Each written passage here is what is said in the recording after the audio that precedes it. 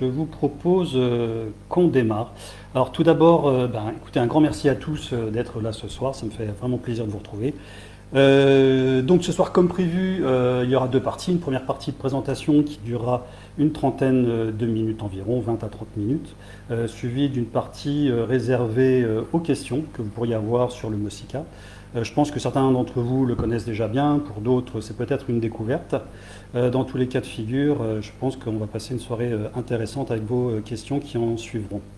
Donc, comme tout homme qui se respecte, je suis totalement monotache, c'est-à-dire que pendant la présentation, je ne vais pas lire vos commentaires. Donc, toutes les questions qui me sont réservées, je vous demande simplement d'attendre la fin, mais n'hésitez pas à mettre des commentaires en attendant. Alors, déjà, j'aimerais vous raconter pourquoi un jour je me suis posé cette question-là comme alternative d'en finir avec l'argent. Eh bien, simplement parce que l'humanité est dans une situation qui est grave et que la règle numéro 1 dans ce type de situation, c'est d'analyser toutes les options. Donc, dans le champ des possibles de l'humanité, il n'y a pas que voter, que manifester, que signer des pétitions, que crier, que lancer des cris d'alarme ou changer notre façon de consommer. Il y a là quelque part la possibilité qu'un jour nous jetions tous ensemble les moyens de paiement, massivement, pour clôturer ce système et en découvrir un nouveau. Donc à la base, je n'étais pas plus partant pour celui-là que les autres propositions qui sont proposées, mais je me suis interrogé justement parce que j'entendais rien là-dessus, et c'est maintenant qu'il faut réfléchir à ça, ça sera peut-être pas dans 20 ans qu'on doit réfléchir à cette option. Et parmi toutes les options, celle-ci m'a particulièrement convaincu au point que j'ai décidé un jour d'essayer de créer un mouvement. Et donc ce soir, je vais vous expliquer pourquoi. Tout d'abord, je vais vous donner les 5 raisons qui sont pour moi les plus fondamentales d'en finir avec l'argent. La première est quelque chose d'assez simple que vous pouvez vérifier vous-même. Je vous invite un jour vraiment à faire cette expérience-là. C'est de noter la liste de tout ce qui disparaîtrait s'il n'y avait plus d'argent. Donc pour le moment, ne vous posez pas de questions sur comment on peut faire sans argent tout ça, mais simplement de faire cette liste-là un jour. Simplement déjà pour vous rendre compte de l'ampleur de tout ce qui disparaîtrait, je ne vais pas vous la lire, mais vous voyez, donc on dirait par exemple plus de factures, plus d'impôts, plus de dettes, d'inégalités, de licenciements économiques, de crise financière, concurrence, corruption, blanchiment d'argent, délocalisation, détournement de fonds. La liste est extrêmement longue, je ne vais pas tout vous faire. Lorsque vous faites la liste là, et que vous regardez après, ce que vous constatez, c'est que déjà, l'humanité ne va pas disparaître. Que la faune, la flore ne va pas disparaître, que tout ce que l'homme a construit, des routes, des outils, des logements, ne vont pas disparaître, des ordinateurs, des logiciels informatiques ne vont pas disparaître, toutes nos connaissances ne vont pas disparaître. C'est-à-dire que si demain, on jetait un jour tous les moyens de paiement, le potentiel technique et humain serait exactement le même. Alors qu'est-ce qui va disparaître ? En gros, c'est nos problèmes. À peu de choses près, quasiment tous les problèmes qui font la une sont liés à l'argent. Donc déjà, cette alternative, certes particulière, mais qui est quand même pas plus compliquée que de jeter des moyens de paiement et de ne plus les utiliser, a la capacité incroyable de pouvoir nous débarrasser de la liste des problèmes que nous avons, des problèmes qui sont très anciens, que nous n'avons jamais réussi à éradiquer, tout en nous laissant l'intégralité de ce que nous avons besoin, tous les éléments nécessaires à la société. Donc les outils, nos connaissances et ainsi de suite. La deuxième raison que je vous ai à faire aussi, c'est avec la liste que vous avez, de la mettre sur une colonne à gauche, comme ça, et sur d'autres colonnes, de mettre d'autres alternatives. Et donc après, exercice simple, c'est de cocher, si vous en trouvez une autre qui permet d'effacer 265 000 milliards de dollars de dette, de remettre les inégalités à plat, c'est-à-dire avec les 1% qui détiennent, selon le dernier rapport de l'Oxfam, 2 fois plus que 6,9 milliards d'êtres humains, qui permettrait d'éradiquer l'obsolescence programmée de manière définitive parce que simplement, il n'y aurait strictement plus aucun intérêt à faire de l'obsolescence programmée. Et donc en gros, ce qui est très particulier, c'est qu'on coche rien du tout. Au mieux, certaines mesures permettent d'atténuer certaines choses. Et attention, pour moi, c'est très important de suivre les mesures qui sont proposées sur notre façon de consommer, sur le fait d'être beaucoup plus local, beaucoup plus dans la solidarité. Mais en tout cas, il va falloir certainement être beaucoup plus audacieux si on parle de changement. Parce que, a priori, tel que je vois en fait avec ce tableau-là, quelque chose, une fois encore, que vous pouvez vérifier, c'est que la trajectoire que nous sommes en train de prendre, que nous savons extrêmement dramatique, peut s'interrompre si on supprime l'argent, mais a priori, si on ne la supprime pas, elle devrait continuer à peu près exactement dans le même cadre que nous connaissons actuellement. La troisième raison, ce serait simplement sur un plan purement écologique. Nous sommes tous d'accord qu'il faut impérativement ralentir la consommation. C'est le dénominateur commun de toutes les mesures pour la transition écologique, que ce soit de prendre les transports en commun, de consommer moins de viande, et ainsi de suite, c'est de réduire notre consommation en énergie, en gaz à effet de serre, etc. Et donc, si le mot d'ordre, c'est de ralentir la consommation, moi, il y a quelque chose qui me dérange énormément, c'est qu'à l'origine de notre système d'organisation, toutes les entreprises du monde entier ont un seul objectif, c'est de pousser des clients à consommer. C'est-à-dire qu'on réunit des personnes qui ont fait des études extrêmement poussées, sortant d'HEC, de l'ESSEC, d'Harvard, des écoles d'ingénieurs, autour d'une table, pour réfléchir comment créer des marchés, comment pousser la consommation, et toute la structure de notre société est parlée en termes de productivité, de rentabilité, de compétitivité. Et donc on est vraiment dans la logistique qui est celle que nous connaissons et qui est celle la plus destructeur. On ne peut pas plus concentrer l'énergie humaine en temps, en énergie, en force, en intelligence pour pousser la consommation. Et pourquoi on fait ça? C'est pas parce qu'on a un système qui est trop de gauche, trop de droite, pas assez de gauche, pas assez de droite, c'est parce que c'est un système de nature marchande. La nature, le système de nature marchand a pour fonction de pousser des clients à consommer. Et donc depuis que l'humanité a créé l'argent, vous voyez ce truc-là qui est absolument magnifique, alors on prend des morceaux de ça pour les mettre dans ça. Et on fait que ça tout le temps. On prend le vivant pour le transformer en quelque chose de mort. Et vous voyez, même sur le cochon, c'est écrit, hein, la bourse ou la vie. Le système marchand n'est pas compatible avec l'environnement. Il y en a un qui doit tout le temps pédaler et fonctionner et vendre, alors que le système de l'environnement, c'est exactement l'opposé. Je pense que de la même manière qu'il vous est impossible de rester assis sur une chaise et de courir en même temps, un système marchand ne peut pas courir et s'arrêter en même temps. Donc il va falloir, je pense, choisir entre l'un ou l'autre. La quatrième raison, c'est sur le... simplement, on voit bien que tout ce qu'on fait jusqu'à aujourd'hui ne fonctionne pas en termes de changement, ou en tout cas fonctionne mal, ne fonctionne pas assez. Je parle des techniques habituelles de changement. C'est pas que sur ces dernières décennies, c'est même sur les derniers siècles. Si on prend des techniques de grève, de manifestation, de pétition, de faire des dons, malgré tout ce qu'on a pu faire en France et dans les autres pays, en fait la trajectoire est toujours la même. Donc il faut aussi réussir à penser peut-être à trouver un autre angle d'attaque du problème, hein, pas une attaque dans le sens de la violence, mais une attaque de problème. Et c'est là où nous avons quelque chose en main qui est magnifique, c'est que c'est nous qui utilisons les moyens de paiement. À vrai dire, ce moyen de paiement, bien sûr que c'est mieux si vous les utilisez pour le petit commerçant artisanal que la grande distribution, mais que ce soit l'un ou que ce soit l'autre, la pyramide des richesses sera toujours la même. La cage sera toujours la même. Qu'on utilise ça à droite ou à gauche, il y aura toujours autant d'évasion fiscale, de trafic d'enfants, de braconnage. Par contre, ça, vous voyez, nous l'utilisons, c'est ça que nous avons dans les mains, mais ce n'est pas dans la main des dirigeants. Eux, ils sont aux commandes, mais nous avons les mains sur la clé de contact. Tant qu'on utilise ça, je pense qu'ils n'ont pas trop de soucis à se faire. Par contre, si un jour on jette ça, eh bien alors, instantanément, sans faire plus d'efforts que ça, on est sûr d'avoir un changement et que ce système s'arrêtera. Enfin, dernière raison, donc dans toutes les recherches que j'ai faites, c'est l'impact de l'argent sur le comportement humain.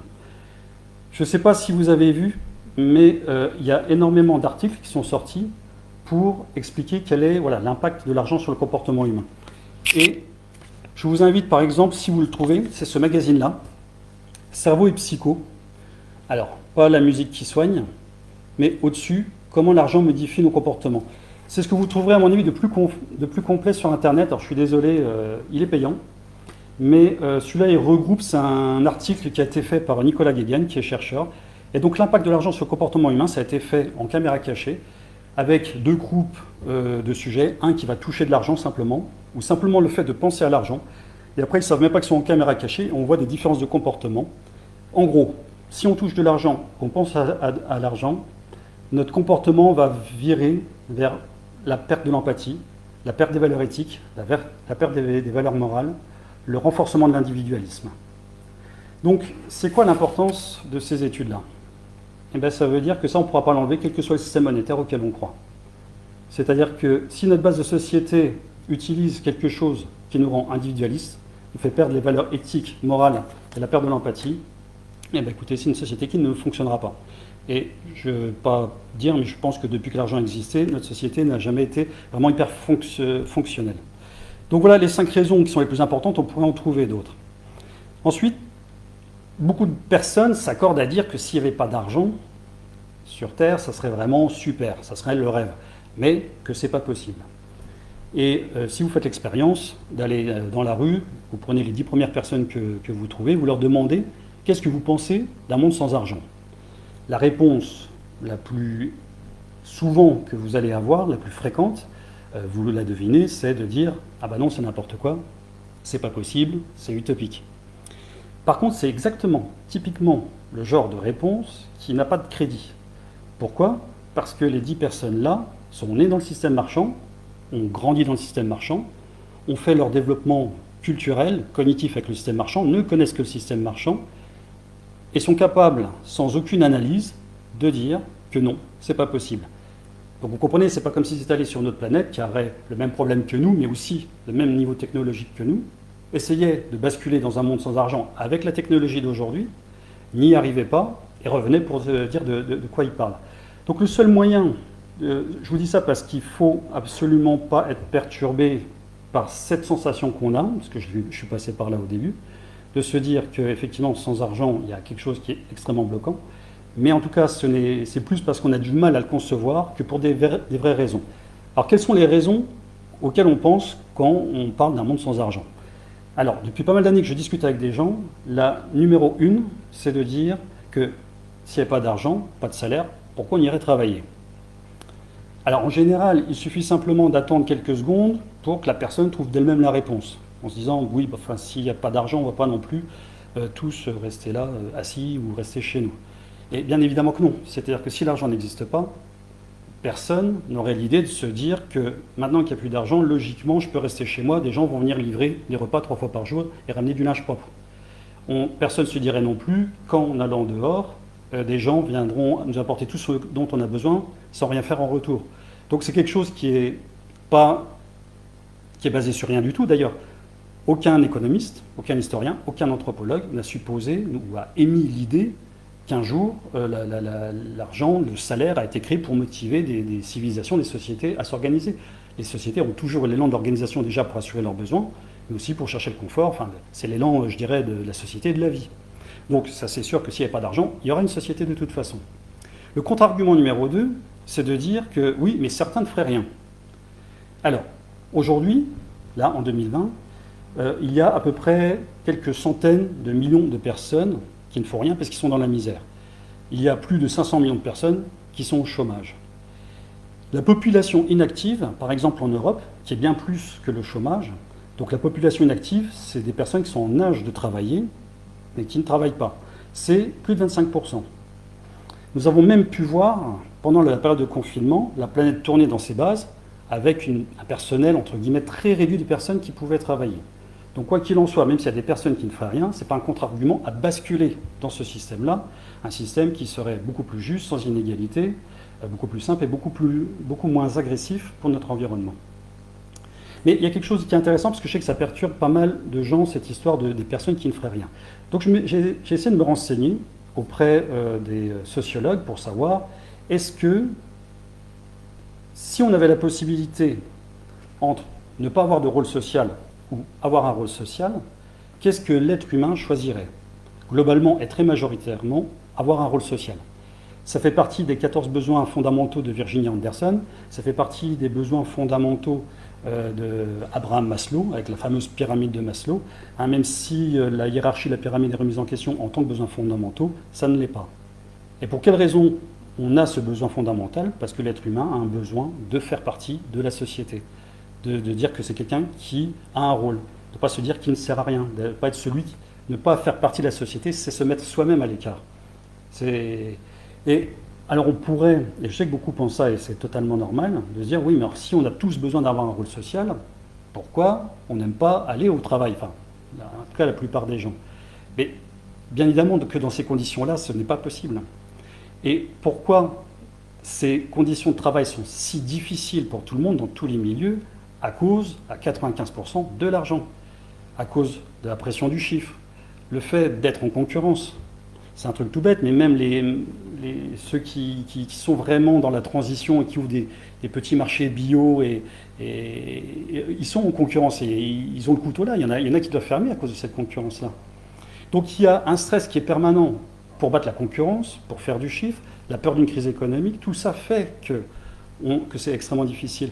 On ne peut pas attribuer le fait qu'on ait un stress au travail, que ce soit parce qu'on n'a pas envie d'avoir un rôle social. Donc maintenant, essayez d'imaginer une organisation, on en parlera après, mais une organisation où déjà on n'est pas en concurrence les uns des autres, où il n'y a pas de chômage si jamais on ne fait pas du chiffre d'affaires. Donc déjà, ce facteur moins anxiogène pourrait créer un engouement déjà beaucoup plus facile et aisé qu'aujourd'hui. Ensuite, je ne vous apprends rien que l'être humain est doté d'un ego. Donc l'ego, ce n'est pas forcément vouloir être admiré, mais l'ego, il a besoin d'être au minimum apprécié. On aime donner une image positive de nous. La preuve, c'est que personne ne prend une photo de lui et l'envoie sur les réseaux sociaux ou à sa famille sans checker que la tête elle est à peu près potable, qu'il n'y a pas les yeux fermés ou des trucs comme ça. Donc notre image, on est très soucieux de notre image. Maintenant, supposez qu'on est dans un contexte où il n'y a pas d'argent, mais donc pas de chômage, pas de licenciement, quelqu'un qui ne ferait rien serait quelqu'un qui aurait fait ce choix personnel. Donc c'est-à-dire que c'est un choix qui est transparent pour tout le monde. Et même si personne ne lui met aucune pression que ce soit, ça sera très difficile de se dire dans son esprit qu'il sera perçu comme quelqu'un qui a fait le choix de ne rien faire, quelqu'un qui ne pourrait pas avoir de talent, de feignant, qui profite des autres, qui ne fait pas. Donc il y a déjà, au niveau de l'ego, au niveau du contexte, beaucoup de facteurs qui nous favorisent vraiment à bien, enfin en tout cas nous comporter d'une manière très spontanée s'il n'y avait pas d'argent. Ensuite, si ça ne vous rassure pas, voici le dernier argument par rapport à ça. Imaginez qu'on ait un groupe de personnes qui donc participent à l'organisation, parce que de toute façon, c'est sûr qu'il y en aura. Et qu'il y en ait un petit groupe qui ne veut rien faire. Si jamais c'est perturbant, pour certains, il faut bien se dire que le petit groupe n'est pas autonome, et donc a besoin du groupe qui s'organise. Mais il ne peut pas acheter au groupe qui s'organise. Donc le groupe qui s'organise peut parfaitement leur imposer une règle qui s'impose à eux-mêmes, qui est tu fais ta part ou tu te débrouilles. Ce n'est pas une obligation, je ne dis pas qu'il faut le faire. Mais je dis par contre, en tout cas, ne rien faire dans une société où il n'y a plus d'argent et vouloir profiter des autres, c'est possible qu'à condition d'avoir l'accord des autres. Ce qui rend quelque chose de beaucoup plus équitable. J'ai quelqu'un qui m'a dit une fois, mais alors c'est une sorte de dictature. Je fais, ah non, c'est tout l'inverse d'une dictature, il n'est pas obligé de travailler. Il ne peut pas obliger les autres à faire sa part. Donc il y a quelque chose qui s'équilibre et qui est possible aujourd'hui, parce qu'on peut savoir qui fait quoi, quelle est la production, comment on distribue, et ainsi de suite. Le troisième argument, contre-argument, contre le monde sans argent, qui est fréquent, c'est de dire, si c'est gratuit, il y aurait des abus. Alors, est-ce que vous arrivez à imaginer que s'il n'y avait pas d'argent, vous iriez voir un kiné et lui dire, maintenant tu vas me masser pendant 4 heures puisque tu fais ça gratuitement. Déjà, même aujourd'hui, vous voyez, le client n'est plus roi. Le client ne décide pas de la dose dans le système non marchand.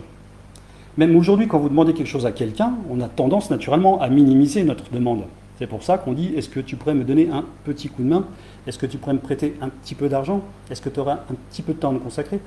Donc on a là aussi, les abus deviennent quelque chose de difficile, que ce soit un kiné, que ce soit pour des pommes ou un boulanger, on a toujours quelqu'un qui a travaillé en face et qui pourra dire, écoute, il n'y a pas que toi, là j'ai tant pour tant de personnes, on partage de manière égale.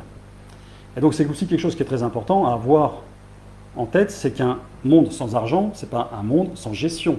Il y a une comptabilité extrêmement précise de quelles sont les ressources de la planète, comment on les partage, qui travaille, on organise tout ça, on réfléchit ensemble comment améliorer ça. C'est pas parce que j'ai l'impression que, et je pense que beaucoup de gens imaginent un monde sans argent comme une sorte de supermarché où les gens pourraient prendre des produits à volonté. Le supermarché est totalement organisé de A à Z pour faire surconsommer. C'est pour ça que les caddies sont énormes, qu'on passe à travers toutes les allées pour aller à l'essentiel, c'est-à-dire la nourriture. Comme ça, on voit un maximum de trucs. La musique qui est hyper dynamique. Et on laisse surtout les clients prendre autant qu'ils veulent, parce que le but, c'est de faire consommer plus. S'il n'y avait pas d'argent, un système d'organisation non marchande, on réfléchirait en amont, on a besoin de quoi, on en fait pour combien de personnes, on réfléchit à tout ça.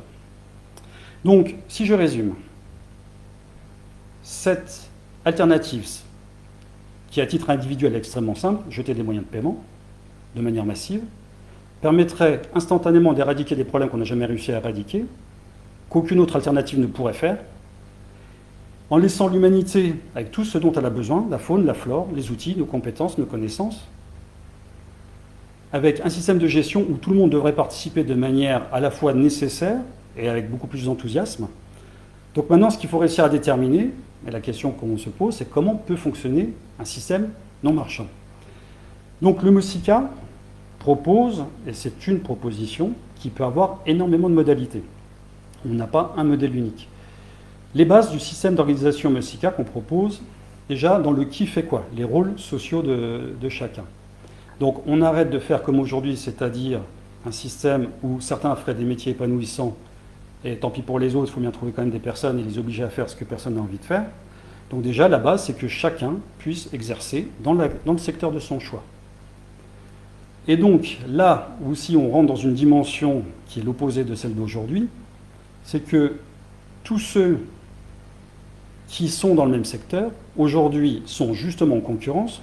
Tous les boulangers sont en concurrence, tous les coiffeurs sont en concurrence, tous les dentistes sont en concurrence. Alors que là, s'il n'y a pas d'argent, puisqu'on n'a pas à se battre pour le client qui choisisse l'un ou l'autre, chaque secteur peut totalement collaborer ensemble, échanger leurs idées. Il n'y a pas de dépôt de brevet à faire. Donc imaginez, en termes d'organisation, entre des personnes qui travaillent chacun pour son compte et en plus en concurrence, et on passe à quelque chose de beaucoup plus ouvert, où tous les secteurs peuvent en fait totalement coopérer, et donc assurer gratuitement leur rôle pour les autres secteurs. Donc si tout le monde choisit librement le secteur qu'il a envie de faire, comment on fait pour les secteurs qui ne trouveraient pas de volontaires? Alors, si on ne peut pas automatiser, le plus simple, c'est là aussi le partage. Le fait de partager les secteurs qui ne créent pas d'engouement nous favorise sur deux plans.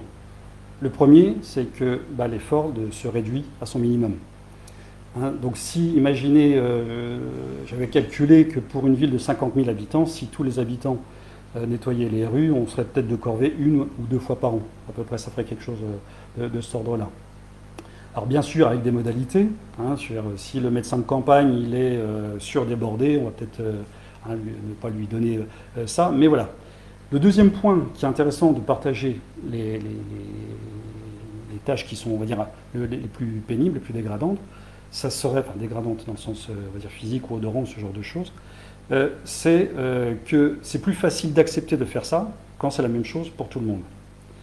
Alors certains vont dire oui, mais si quelqu'un n'a pas envie de le faire. Donc là, c'est ce que je vous ai d'abord écouté pourquoi il n'a pas envie de le faire. Je ne vais pas reprendre l'exemple du médecin. Ensuite, s'il n'a vraiment pas envie de le faire et que c'est perturbant pour les autres, ça va peut-être pas non plus jouer trop dans la balance, c'est hyper gênant, mais si jamais ça gêne la communauté, il ne peut pas se la mettre à dos non plus. Une fois encore, il ne peut pas payer. Donc si on note ce contrat social entre nous de se partager les efforts, tout le monde devrait normalement pouvoir s'y tenir. Donc là, on a fait le qui fait quoi, comment les rôles sociaux, voilà, très globalement. Ensuite, le qui à quoi. Soit on parle de quelque chose de très abondant ou de nécessaire comme la nourriture, et dans ce cas-là, la règle, c'est le partage. Donc rien de très très compliqué. C'est juste une division, c'est quand même beaucoup plus simple que tout ce qu'on est en train de faire en termes de taxes, impôts, intérêts, etc. Une simple division. Soit on parle de quelque chose qui n'est pas divisible. Donc je prends toujours l'exemple du logement. Un logement, on ne peut pas le diviser en 20 personnes. Donc imaginez qu'un logement se libère, qu'il y a 20 familles qui sont intéressées. Donc au lieu de le donner aux plus offrants, on peut le donner de manière beaucoup plus intéressante en termes de potentiel humain et social. C'est au plus utile. Donc si c'est un 3 pièces, peut-être pas le donner à un célibataire.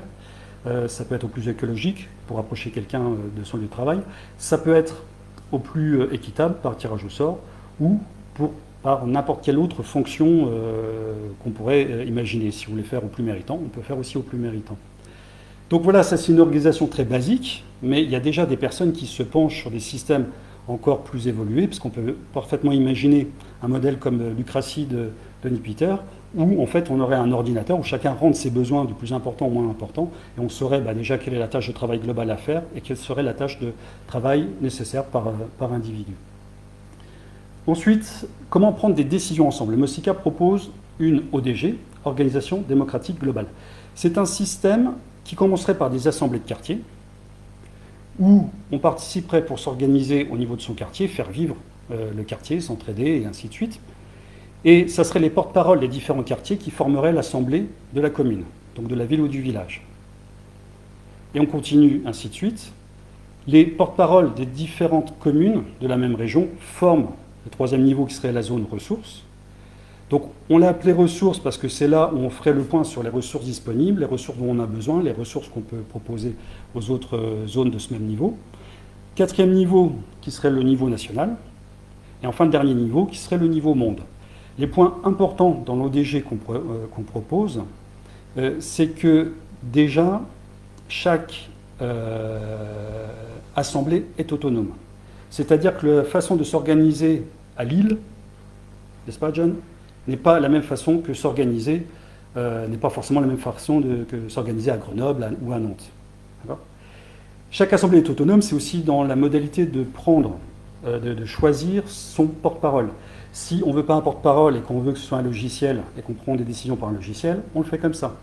Si on est trop nombreux dans une assemblée et que ça dérange tout le monde, on peut choisir un panel de 10 ou 20 citoyens tirés au sort qui proposeraient des idées ou qui recueilleraient des idées et qui diraient aux autres voilà ce que nous proposons, est-ce que vous êtes d'accord, est-ce que vous pouvez faire un amendement, et ainsi de suite. Donc voilà structurellement comment se fait à peu près notre organisation démocratique globale que nous proposons au MOSICA et qui commence déjà tout doucement à se mettre en place. Alors maintenant, comment passer de cette société actuellement, qui est extrêmement coincée, à cette société qui fonctionnerait sans argent et sans dirigeants? Nous, ce qu'on propose, étant donné qu'il y a un faisceau convergent d'indices qui laisse supposer que nous n'avons pas le choix, c'est ce que je disais donc au début, c'est en finir avec l'argent, les seuls moyens que nous avons actuellement pour remettre à plat les inégalités, arrêter de vendre toutes les ressources pour que ça puisse fonctionner. Eh bien, le MOSICA a réfléchi sur une ligne qui est celle d'avoir le moins de barrières possible. Dans le sens que, déjà politiquement, il ne nécessite pas l'accord des dirigeants.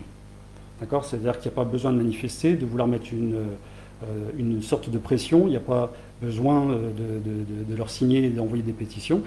Il n'y a pas de barrière financière, il ne coûte strictement rien. Il prend aussi en considération que pour la plupart d'entre vous, c'est très difficile d'avoir du temps, d'avoir de l'énergie, d'avoir aussi le moral pour s'investir en dehors de tout ça, de la vie de famille, dans des associations, et ni de l'argent pour pouvoir aussi créer le changement. Alors, MOSICA propose 3 étapes. La première, c'est de se retrouver et de créer dès aujourd'hui des assemblées de quartier. Donc, nous avons créé une plateforme qui est sur app, comme application app.mosica.org.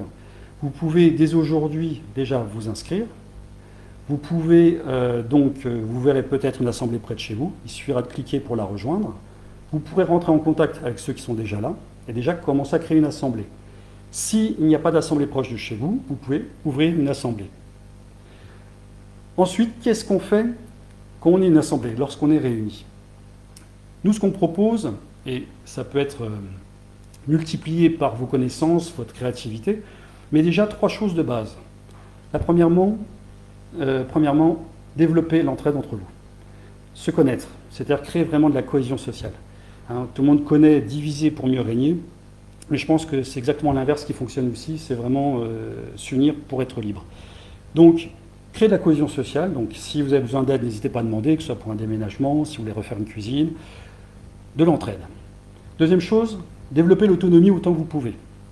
Donc l'autonomie, c'est-à-dire qu'au lieu de faire appel à peut-être à quelqu'un, un réparateur qui va faire 20 km, peut-être que vous allez voir que proche de chez vous, quelqu'un pourrait faire ça. L'autonomie, c'est-à-dire connaître votre potentiel pour pouvoir fonctionner ensemble comme une entité, on va dire, autonome. L'autonomie, c'est bien sûr aussi l'autonomie alimentaire, hein, c'est quelque chose qui se fait déjà naturellement un peu partout. Ça peut être quelqu'un qui a un jardin individuel, donc pas forcément où il ouvrira à tout le monde, mais peut-être avoir quelqu'un qui a des connaissances en permaculture qui pourrait vous aider à faire quelque chose pour avoir un petit peu plus d'autonomie, de vous prêter des outils, et ainsi de suite. Donc, entraide, autonomie, et le troisième point, le plus important, de communiquer le projet. Ce qui n'est pas compliqué, c'est-à-dire de partager des vidéos, communiquer, que ce soit par Internet, parler à vos voisins, parler déjà à vos connaissances de tout ça. Parce que plus nous serons nombreux dans ces assemblées, et donc dans notre système de prise de décision autonome, parce qu'une fois encore, je vous rappelle que dans l'ODG, chaque assemblée est en connexion avec les autres assemblées par le biais des porte-paroles et par le biais de la plateforme, plus nous serons nombreux dans les assemblées, plus nous allons réunir toutes les compétences nécessaires et suffisantes pour pouvoir jeter les moyens de paiement et passer à l'étape suivante. Alors, on me dit souvent quelle serait la proportion de l'humanité au niveau géographique pour pouvoir passer à l'étape suivante. Alors ça, je ne peux pas vous donner la réponse, ça on va le découvrir en cours de chemin. Mais à très petite échelle, c'est vraiment très compliqué. Bien sûr que nous sommes en faveur de ça et on sait qu'il y a beaucoup de gens qui essayent de faire ça. Mais à toute petite échelle, au niveau par exemple d'un village, c'est compliqué à la fois d'être totalement sans taxe, on va dire, d'État, de pouvoir acheter tout ce qui est nécessaire sans rien rembourser, parce qu'après on ne va pas faire du chiffre d'affaires, et aussi d'avoir l'autonomie complète à ce niveau-là, que ce soit le sel, les vêtements et ainsi de suite. Un niveau intermédiaire, je dirais au niveau national, voire continental, européen, on aurait peut-être effectivement cette autonomie. Il faudrait réussir à structurer quand même un passage juste à ce niveau-là par rapport aux autres pays, parce qu'on a tous des dettes extérieures. Alors, la porte n'est pas fermée, on pourrait peut-être envisager ça, peut-être qu'en donnant les derniers sous qu'on a tout le monde sur les comptes, peut-être qu'on pourrait clôturer les dettes externes, je ne sais pas. Mais en tout cas, si on basculait au niveau européen d'un coup comme ça serait très très compliqué. Donc ce qu'il faut viser, c'est l'échelle mondiale, c'est-à-dire de communiquer au plus large. Parce que même si en France, on arrive à être en autonomie, mais que par exemple au Brésil, on continue à détruire la forêt comme ça n'aura pas trop d'intérêt. Donc il faut vraiment communiquer au plus large, le plus rapidement possible. En tout cas, c'est ce que nous proposons. Ensuite, la deuxième étape, qui peut être facultative, c'est que chacun continue dans un premier temps son activité habituelle. Donc si vous êtes enseignant ou quoi que ce soit, ou étudiant, continuez à faire ça, mais sans utiliser d'argent. Comme ça permettra de basculer dans ce système-là, sans avoir à se reconvertir. C'est ce qu'il y a de plus simple pour tout le monde, la société tournera. Et donc dès les premiers jours, nous pourrons, petit à petit, ou très rapidement, ou dès le premier jour, en fait, créer cette société que nous aurons choisie lors de la première étape. Donc si vous avez bien suivi depuis le début, pour que cela puisse se réaliser, le parcours individuel à faire jusqu'à la fin, c'est simplement de nous retrouver tous ensemble dans des assemblées, petit à petit. Si vous suivez ça, vous serez tous vraiment gagnants. Déjà, même si on n'arrive pas au bout, mais on serait forcément gagnants, parce que d'être dans des systèmes d'entraide à petit niveau, d'autonomie à petit niveau, c'est le meilleur moyen déjà de faire quelque chose de bien pour l'environnement, que de se prêter des outils plutôt que d'en acheter, que de faire appel à quelqu'un qui est proche de chez nous que quelqu'un qui est loin de chez nous. Et donc voilà. Écoutez, je vous remercie à tous pour votre écoute et je suis ouvert à vos questions.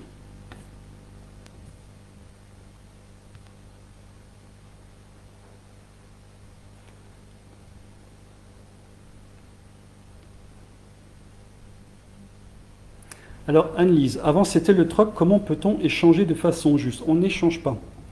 Si on fait un système de troc, si moi ce que j'ai à échanger c'est je sais pas, de la poterie, mais que la personne qui est en face a besoin de poterie, n'a pas besoin de poterie, en fait l'échange ne peut pas se faire. Le troc, on est obligé de tourner tout de suite à un moment avec une forme de monnaie. C'est un système de partage, c'est-à-dire qu'en fait chaque secteur travaille gratuitement pour les autres, et donc on réfléchit, on a besoin de quoi, on partage en combien de personnes. Je ne sais pas si je suis clair.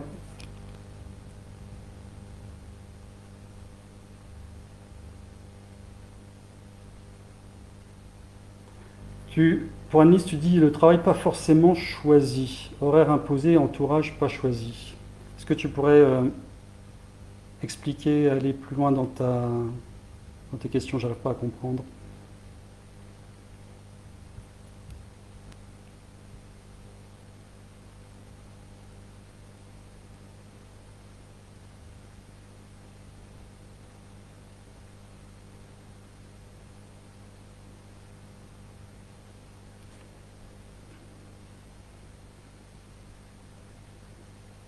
Merci Sonia pour le partage. Oui, j'ai vu cette vidéo, elle est vraiment très très bien. Hein, mais de toute façon, il faut bien avoir en tête que si on achète et qu'on laisse chacun acheter ce qu'il veut, ça ne prend pas en considération les ressources. C'est-à-dire qu'en fait, on ne se base pas en fait sur quelles ressources sont disponibles. Donc c'est vraiment un système de partage.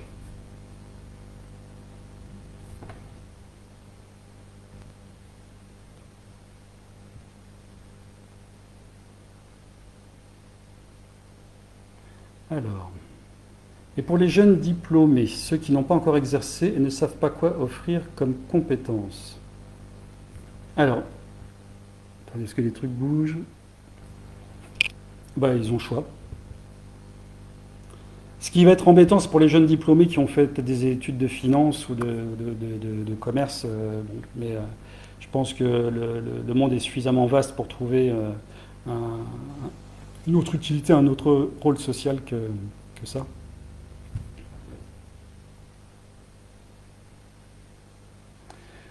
Question de Cyril, de quelles compétences ou ressources avez-vous besoin?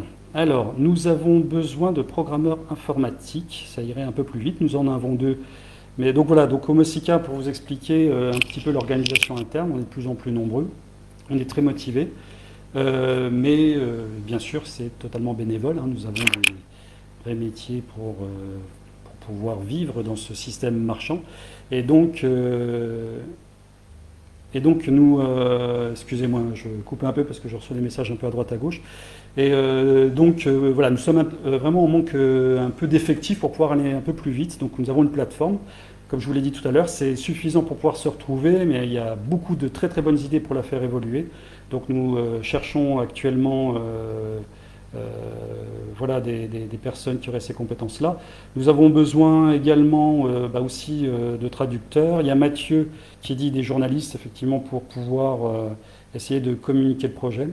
Parce que le projet nécessite en gros voilà, énormément de communication pour pouvoir avancer. C'est quasiment la seule chose dont nous pourrions avoir besoin.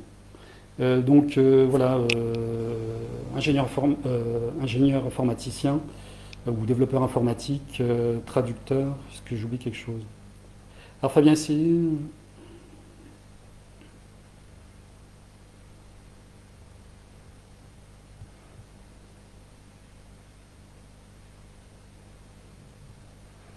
Aussi, ça serait peut-être bien qu'on ait, pendant que j'y pense, besoin de juristes. Parce qu'on pourrait peut-être poser problème. Être sûr qu'on soit voilà, le protégé au maximum. Euh, Ensuite, nous sommes aussi en train d'essayer d'organiser des groupes de travail.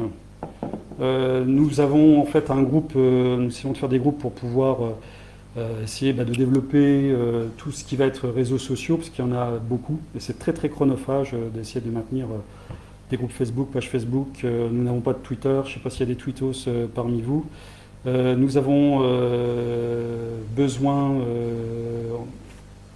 également, attendez, je suis en train de réfléchir dans tous les groupes que nous avons besoin actuellement, mais voilà. Pour le moment, c'est vraiment ce que nous avons le plus besoin. Ça serait ça aussi de designers, ça serait pas mal, de graphistes, de personnes qui seraient assez douées pour faire aussi de tout ce qui pourrait être affiches, des vidéos. Ça peut être intéressant, des personnes oui, qui pourraient se consacrer, voilà, des groupes qui pourraient se consacrer qu'aux médias, pour essayer de vraiment les contacter, de les motiver. Qu'est-ce qu'il y aurait d'autre? Je t'en oublie un petit peu, mais donc, enfin, vous voyez en gros, si vous avez compris le projet Mosca, vous pouvez imaginer de tout ce dont nous avons besoin, quoi.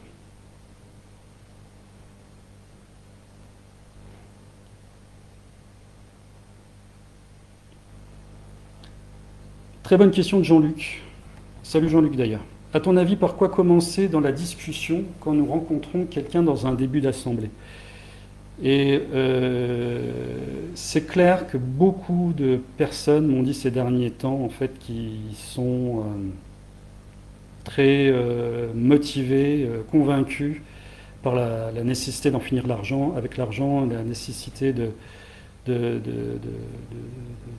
créer quelque chose comme le projet Mosica, mais en même temps la difficulté d'argumenter. Je pense que je ferai peut-être un jour, ou avec d'autres personnes, ce sera peut-être pas moi, mais en tout cas une vidéo vraiment consacrée déjà sur l'argumentaire. Par quoi commencer dans une assemblée? Si vous en faites une, déjà la première chose, la présentation. Normalement, si on parle d'assemblée, c'est des personnes qui connaissent le projet. Ensuite, si c'est présenté à un public qui ne connaît pas, c'est encore déjà une autre logistique de présentation. Soit on peut le faire, donc moi, vous voyez, ce soir j'avais un plan, donc qui est un peu long, très condensé, hein, je sais qu'il y a eu beaucoup d'informations ce soir, mais de donner, voilà, quelles sont les raisons, pour quelles raisons on doit en finir avec l'argent, d'essayer de trouver celles qui, pour vous, sont les plus pertinentes. Ce qui va être important également, ça va être de connaître vos arguments sur toutes les missiles qu'on va vous envoyer, c'est utopique, mais pourquoi travailler s'il n'y a pas de salaire, et ceux qui ne font rien, et toutes ces choses-là.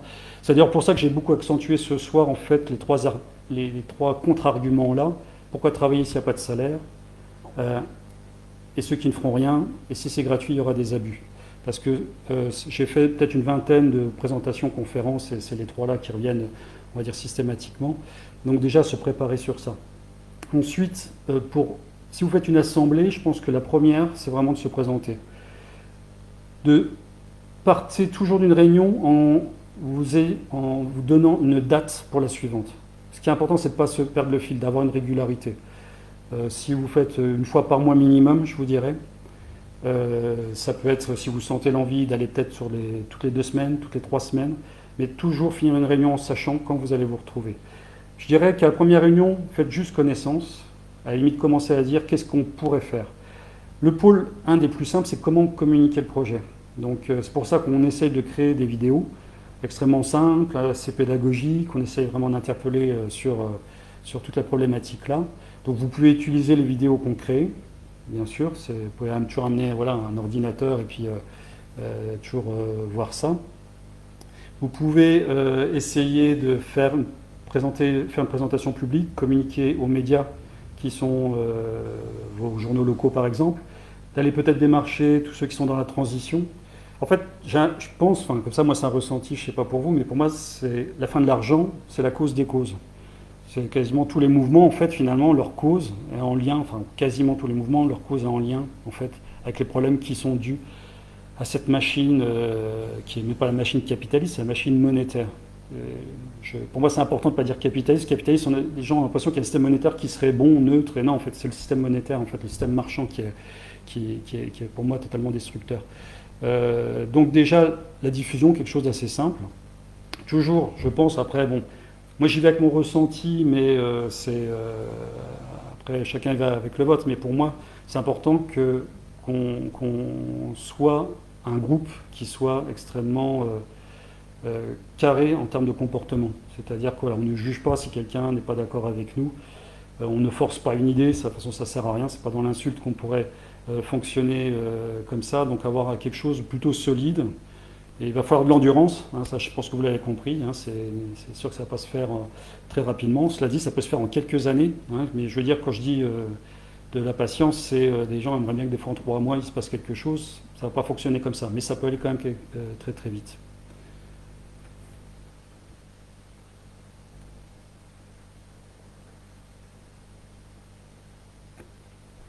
Alors Philippe, je ne connais pas autour de la production pair à pair et des communs. Est-ce que tu pourrais m'expliquer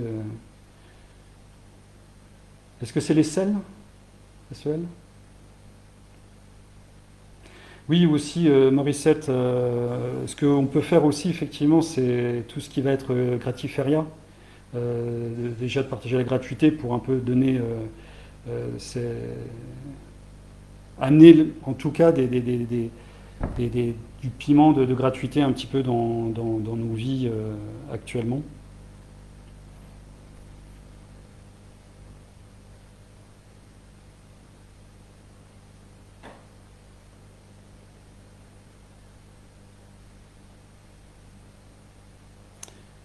Ah, Sonia, vous avez fait une réunion lundi 12 octobre, super, bravo.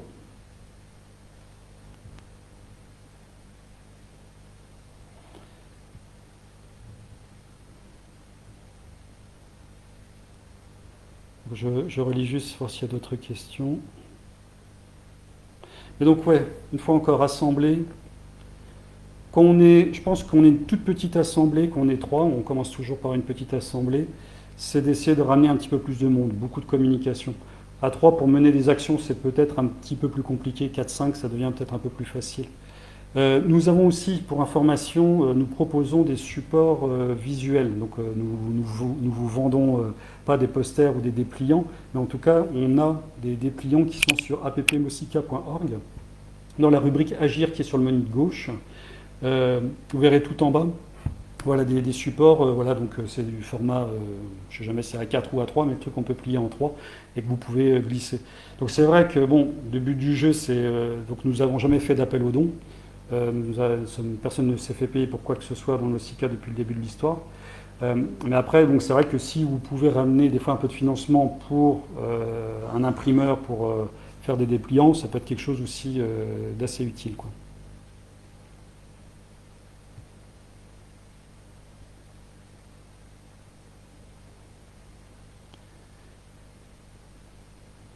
Alors, Fabien, le système Ubuntu qui pourrait servir de transition aussi, je ne sais pas si tu as eu l'occasion de voir ça de près.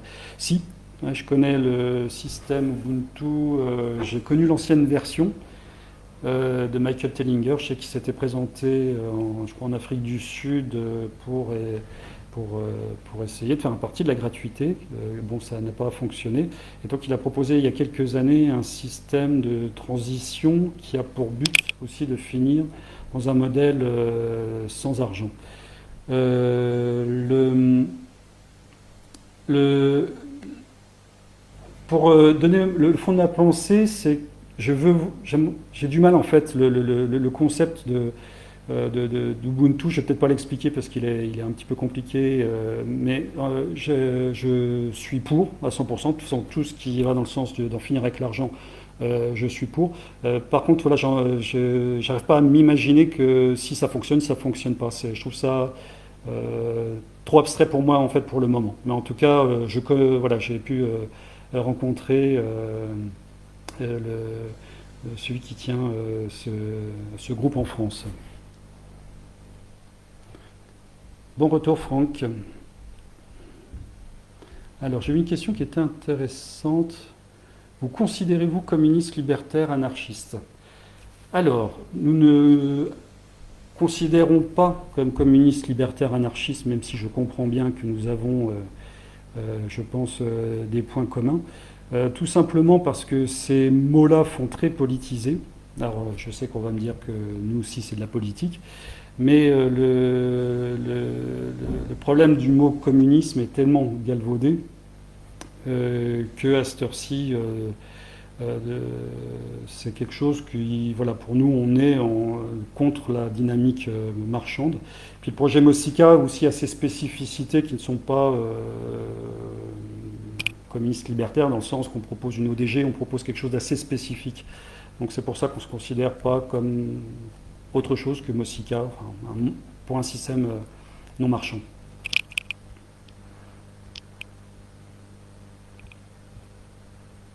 Sonia, nous avons commencé à 3 pour nous connaître et mieux nous organiser ensuite. Parfait. Y a-t-il d'autres questions?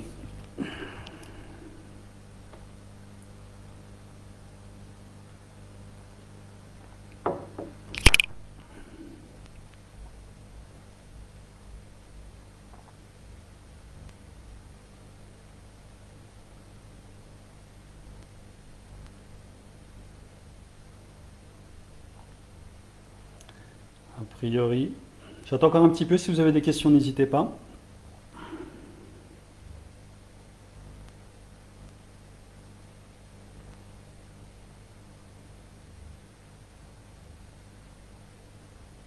À quand une réunion réelle des membres du MOSIC?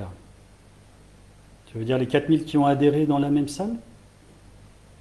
Peux-tu préciser, Cyril, s'il te plaît?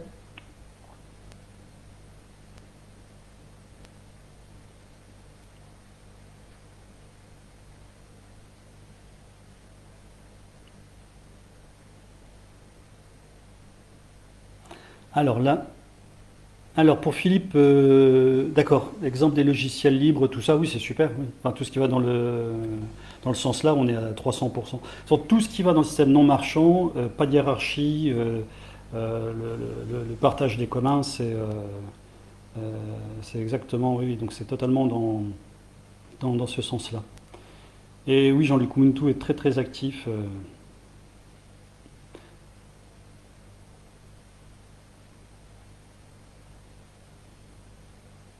Donc Anne-Lise, le système actuel ne fonctionne pas, c'est un fait, il s'agit de faire un bilan des besoins du territoire. Donc de toute façon, oui, c'est-à-dire que toute la base du système, c'est de savoir en fait quels sont nos besoins, quelles sont nos possibilités aussi, hein, parce que nous avons compris il y a seulement quelques décennies que la Terre avait des limites.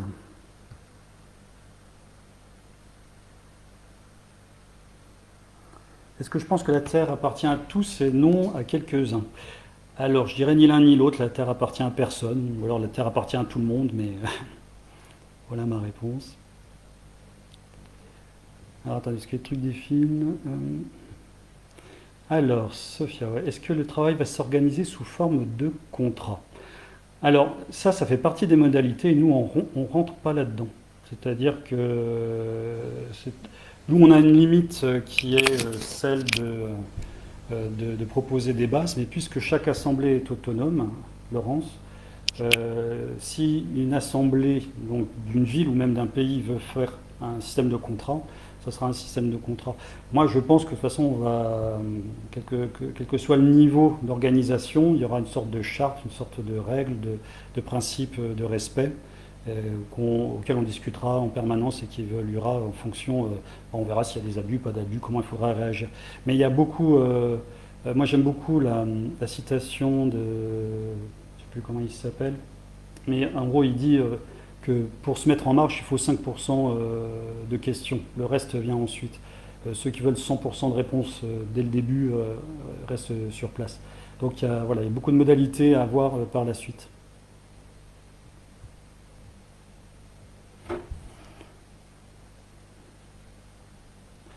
Donc ouais, Franck a mis en place un CEL et un CELF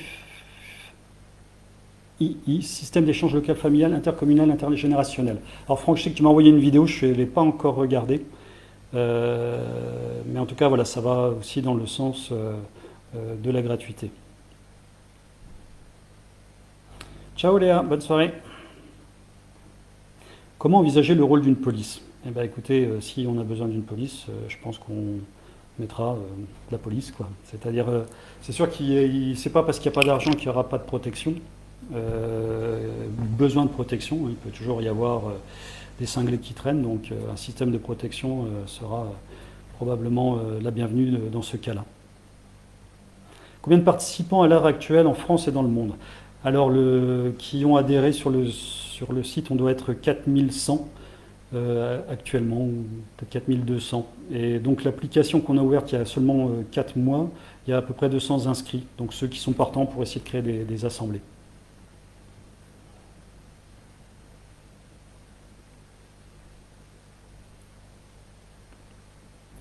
En finir avec l'argent, c'est finir avec le système capitaliste. Le terme capitaliste est important car c'est bien l'ensemble de ce système qu'il faut jeter avec cette logique implacable. Oui, je suis d'accord. Produire pour le profit et non pour les besoins de l'humanité. Il me semble que cette logique serait à l'œuvre, quel que soit le système monétaire. Ouais, ouais. C'est ce que je disais tout à l'heure, c'est que il faut jeter le système capitaliste, mais j'ai l'impression qu'on entend, il y a des politiciens qui disent des fois il faut jeter le système capitaliste, comme si on pouvait supposer que ça serait qu'il y a un système monétaire qui serait bon, pas capitaliste. Mais voilà, c'est vraiment capitaliste, pour moi c'est le monétaire, de toute façon. Mosika, c'est une sorte de nouveau contrat social, oui. Oui, c'est... de toute façon, il y a beaucoup trop de personnes, justement, qui, quand on leur évoque l'idée d'un monde sans argent, s'imagine quelque chose qui serait chacun fait ce qu'il veut. Non, alors c'est pas du tout ça l'idée depuis le début. L'idée c'est un système d'organisation avec une gestion, de savoir qui joue les rôles, quelles limites on s'accorde à chacun, qui peut avoir quoi. Il y a mille et une modalités d'organisation dans un système non marchand. Et donc il y a forcément, je pense, une mise en place de certains contrats sociaux. On a tous besoin voilà, d'une certaine... voilà, on a besoin d'espace, de beaucoup plus de liberté, de beaucoup plus d'émancipation. Mais il y a quand même un cadre minimum de toute façon qui est demandé par tout le monde, donc il y en aura un, quoi, je pense. Bonsoir Laurent. Oui, donc c'est ce qu'on avait dit tout à l'heure, ouais. Le souci qu'il faudrait aller encore plus loin que la logique d'échange, quoi. C'est pas je te donne que si tu me donnes. D'ailleurs, c'est ce que dans le côté solidaire, je te donne que si tu me donnes, c'est pas solidaire. On donne si quelqu'un a besoin et on ne prend pas si on a tout. Enfin, donc, c'est vrai que les économies sociales et solidaires, il y a quelque chose un peu, je trouve des fois contradictoire dans le terme là, quoi.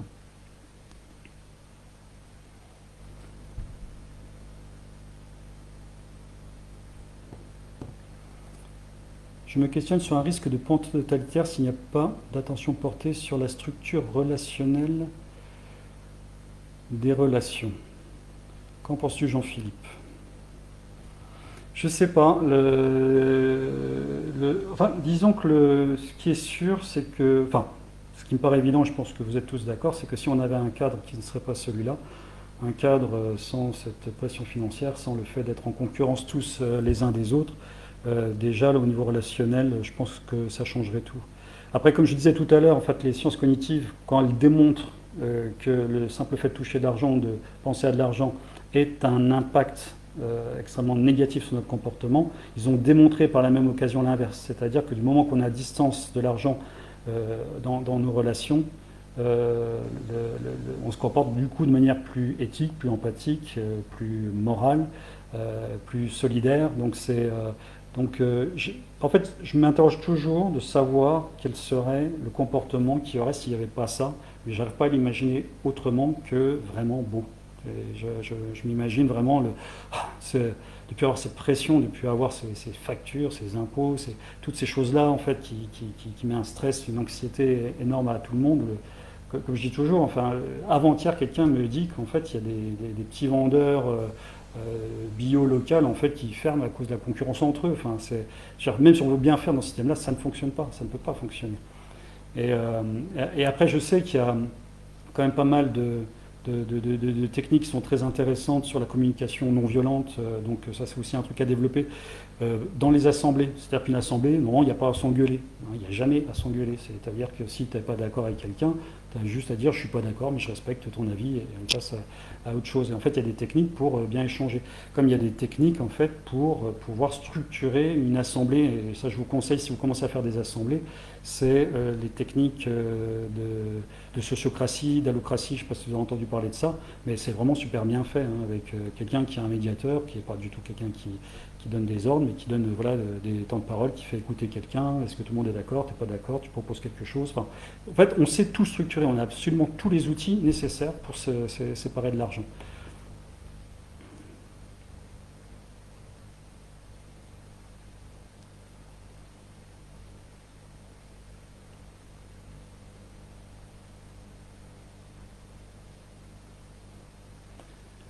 Morissette, contrat signé. Excusez-moi, je remonte sur les questions. Morissette, contrat signé. Une fois encore, c'est des modalités.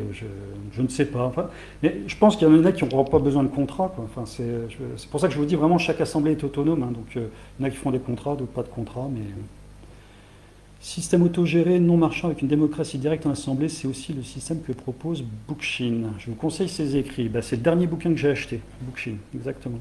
Et je l'ai commencé, mais je dois être à la 25e page.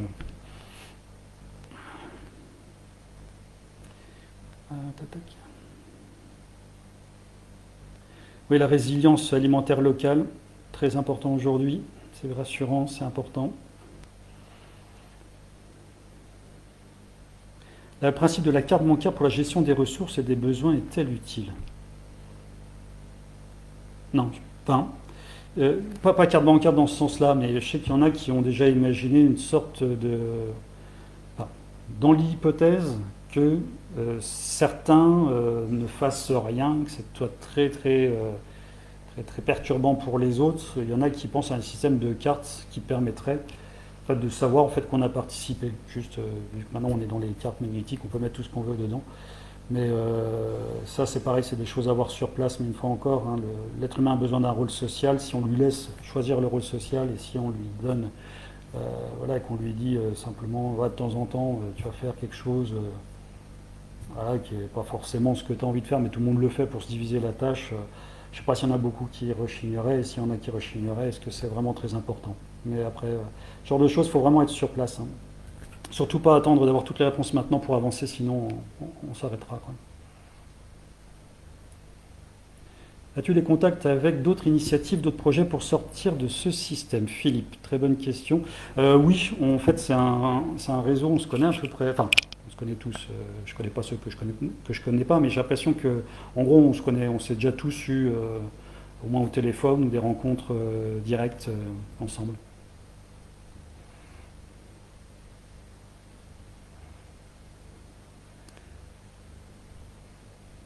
Comment gère-t-on le nombre de voyages lointains, par exemple? Alors là, il y a plusieurs paramètres à prendre en compte. L'écologie, quelle est la raison du voyage lointain. Enfin, pas moi qui... Je n'ai pas de veto à donner ou d'interdiction, mais l'écologie va être sur le réchauffement climatique, il est parti pour très longtemps. Donc la priorité sera peut-être de limiter les voyages lointains qu'à ce qui serait très nécessaire, donc peut-être que le familial. Donc voilà, c'est tout des questions, mais je pense que si on se réunit tous ensemble pour discuter de ça, il va ressortir la meilleure des réponses possibles.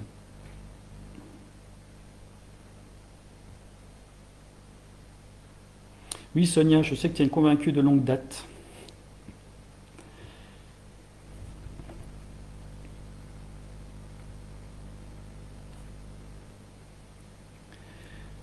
Je pense qu'on a tous une tendance anarchiste de ce point de vue de la vie qui dit argent dit domination et autorité, et ceci dit gouvernement. Pour moi, l'idéal, c'est de s'en débarrasser de ces deux virus qui contaminent nos vies. Ce n'est pas utopique comme raisonnement, car la prise de conscience de toute l'humanité. Oui, c'est effectivement, et c'est les deux poisons, c'est vraiment en premier lieu la domination et l'argent. Mais l'un va avec l'autre. Hein. Je ne sais pas si vous avez remarqué que c'est les plus riches qui ont du pouvoir et que les pauvres n'ont strictement aucun pouvoir. Et, et c'est vrai que sur le terme anarchiste, c'est pareil, c'est un mot qui est hyper galvaudé comme ça, mais en fait finalement j'ai l'impression qu'aujourd'hui, dans le sens étymologique, anarchiste c'est pas d'hierarchie en fait. Et je pense que si on faisait un référendum pour savoir qui est d'accord pour avoir des gens qui gouvernent sans demander l'avis des autres, on se rendrait compte qu'en fait, la grande majorité de l'humanité est en fait finalement anarchiste d'un point de vue étymologique.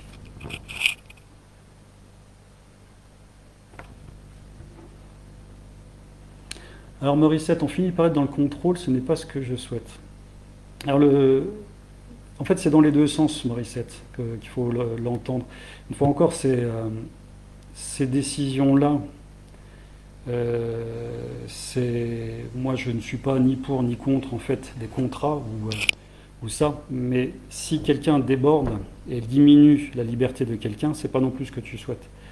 Donc c'est-à-dire que si quelqu'un, je suis désolé, s'il y a à manger pour 10 et que et qu'on est 10, quelqu'un prend 2 parts, ça diminue en fait la liberté des autres. Donc c'est juste l'histoire du contrat, ouais, du contrôle, je comprends, hein, Morissette, je comprends très très bien.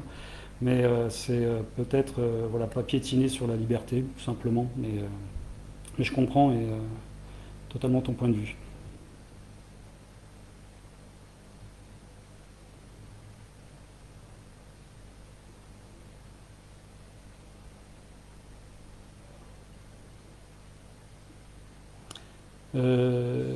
Donc oui, Philippe, peut-être que tu voulais en savoir plus. Est-ce qu'on a eu des contacts oui, alors on se contacte. En fait, il y a un réseau interconnecté, puis même j'ai déjà eu pas mal de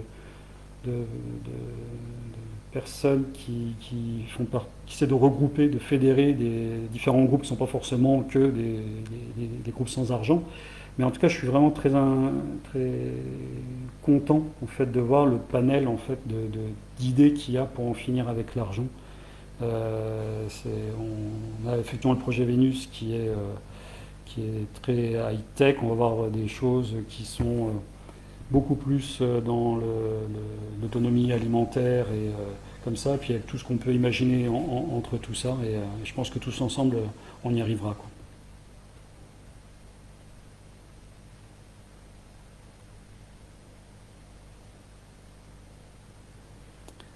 Alors, est-ce qu'il y a encore d'autres questions? Je regarde si j'en ai pas loupé.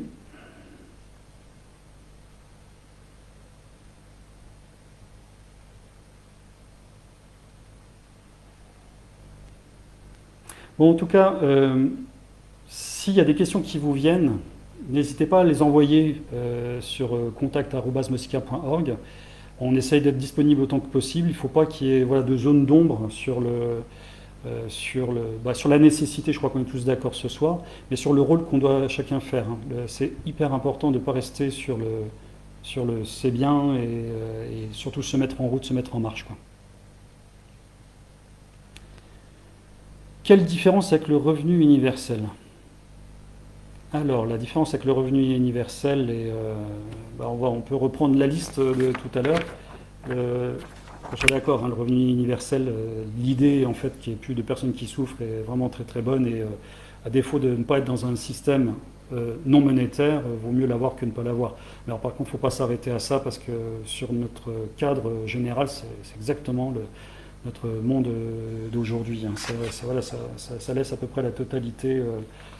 Un revenu universel n'enlève pas la pyramide des richesses. Les 1% auront toujours autant d'argent sur leur compte, c'est-à-dire autant de pouvoir. Il y a toujours autant de capacités de corruption, de blanchiment d'argent, de trafic d'enfants. Donc, c'est pas suffisant. Il ne faut pas s'arrêter. C'est mieux qu'aujourd'hui, mais c'est pas suffisant.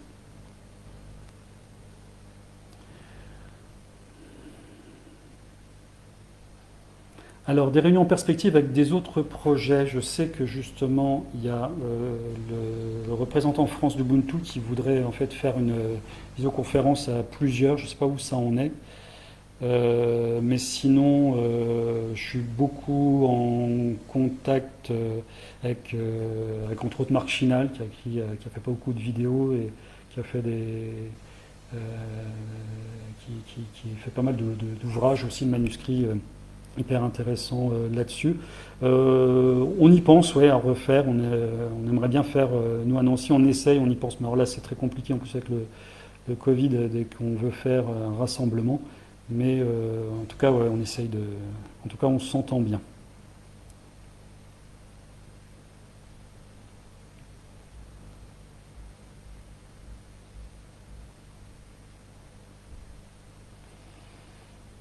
Oui, je suis d'accord, hein, Morissette et Jean-Luc. Je suis d'accord, mais à voir si, une fois encore, hein, c'est l'histoire du contrat, c'est pas. Si c'est pas nécessaire, c'est pas nécessaire, mais moi je pense, hein, une fois encore, hein, que s'il n'y a pas d'argent, il n'y aura pas besoin de ça.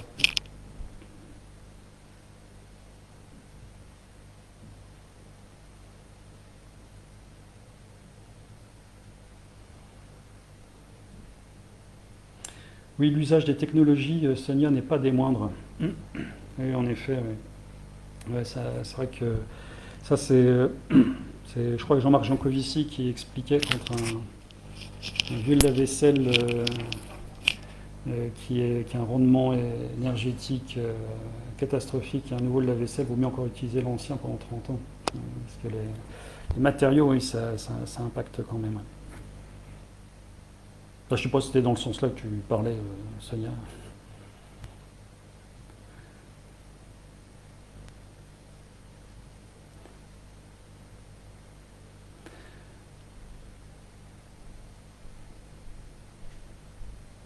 Avoir un boost de visibilité serait intéressant de voir si Rémi Gaillard, qui a tenté le municipal, pourrait utiliser sa notoriété pour communiquer pour un monde sans argent. Alors, on essaie de contacter, il y a Laurent, je ne sais pas s'il est encore là, qui m'a dit aujourd'hui avoir envoyé pas mal de messages à des personnalités comme Yannick Noah, voilà, tout ça. Alors, surtout, oui, ça c'est un point important dont on n'a pas parlé ce soir. Parlez-en tout le temps autour de vous. Même si on ne vous répond pas, ça sera toujours quelque chose qui sera gagnant. Hein, quand vous entendez parler d'un truc une fois, si ça ne vous résonne pas, ça ne vous résonne pas. Mais si vous entendez une deuxième fois le même nom, une troisième fois le même nom, une quatrième fois, en fait, à un moment, en fait, ça rentre. Donc à chaque fois que vous parlez à quelqu'un qui l'entend, que vous êtes pour un monde sans argent, qui sait qu'il y a quelqu'un qui est pour un monde sans argent, que vous prononcez le nom Nausicaa ou un autre mouvement, peu importe, c'est comme ça que les choses fonctionnent. Donc il n'y a jamais en fait de petite graine qui est perdue là-dessus. Et c'est vrai que ça serait bien qu'on s'y mette tous ensemble parce que nous on a du mal des fois à trouver du temps. Donc voilà, contacter, envoyer des messages à des personnalités, des journalistes. Voilà, et surtout ne pas être frustré s'il n'y a pas de réponse. Hein. Parce que je l'ai fait moi-même avec pas mal de personnes sans. Pierre Rabhi, je sais qu'il en a déjà entendu parler plusieurs fois, et, par exemple, mais bon, c'est des gens qui sont aussi sursollicités, et il doit avoir quand même un paquet de sollicitations pour aider des projets.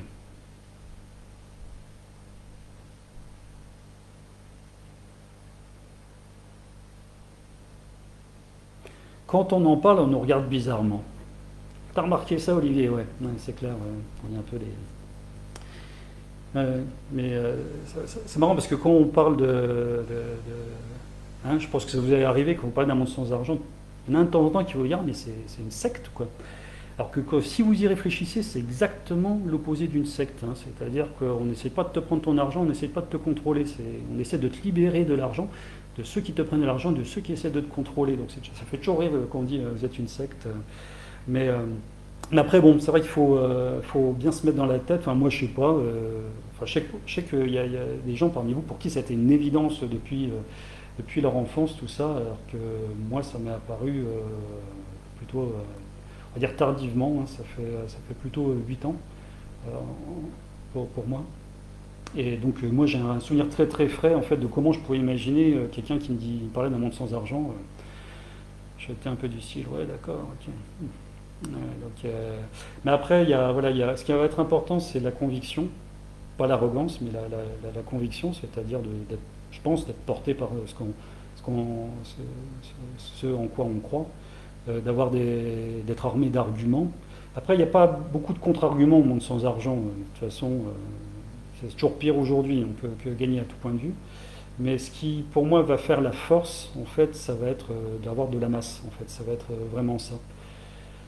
Vous savez, moi dans la vie je suis ostéopathe et puis au début des années 2000, l'ostéopathie, c'était, tout le monde trouvait, enfin, même des kinés, il y en a plein qui disaient que c'est du charlatanisme, c'est pas prouvé par la science, etc.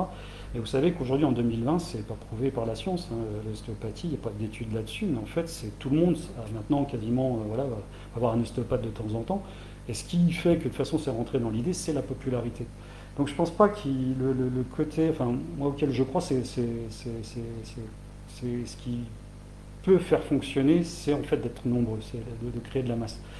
Et il ne faut pas sous-estimer le potentiel de personnes qui peuvent adhérer en fait à un monde sans argent et au projet Nausicaa. Si vous prenez en considération tous ceux qui en ont marre du système, tous ceux qui ont des soucis d'argent, des pressions, qui ne supportent plus leur travail, qui ne supportent plus les gouvernements. Enfin, on est déjà des milliards en fait à vouloir ça. Donc voilà, faut rester dans l'endurance, rester dans la positivité, et puis de toute façon on sortira de là. Ce système s'écoule de lui-même. Donc, attendez, je remonte un tout petit peu le fil.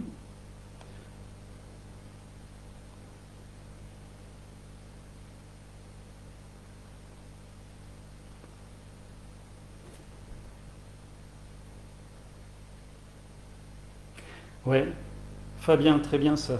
Ouais. Du coup, retour au médiéval ou préhistorique. Bon, médiéval en même temps, Fabien, si tu mets ton costume, hein, c'est peut-être aussi pour ça. Ouais, alors ça, c'est moi les réponses que je donne quand on me dit ouais, alors c'est retour à la préhistoire.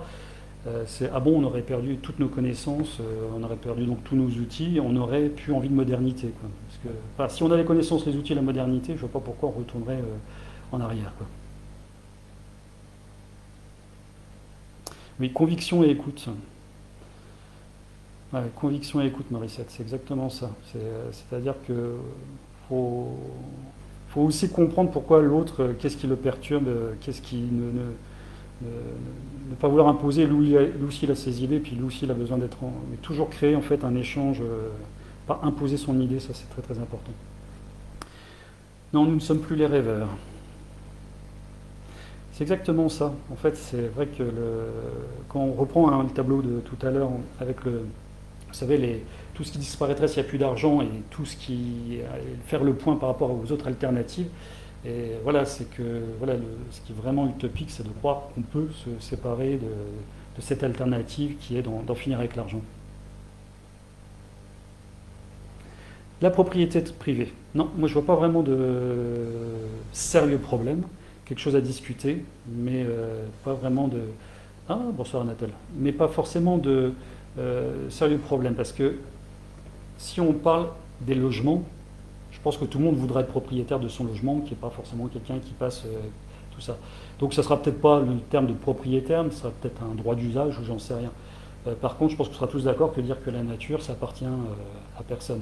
Après, je pense que voilà, il y a quand même peut-être à scinder entre nos affaires personnelles, nos vêtements, nos photos, ou des choses comme ça, et ce qui serait de l'ordre du commun. Donc c'est pas forcément la non-propriété privée pour tout le monde en ce qui concerne peut-être nos affaires personnelles, mais pour le reste, ça me paraît assez évident.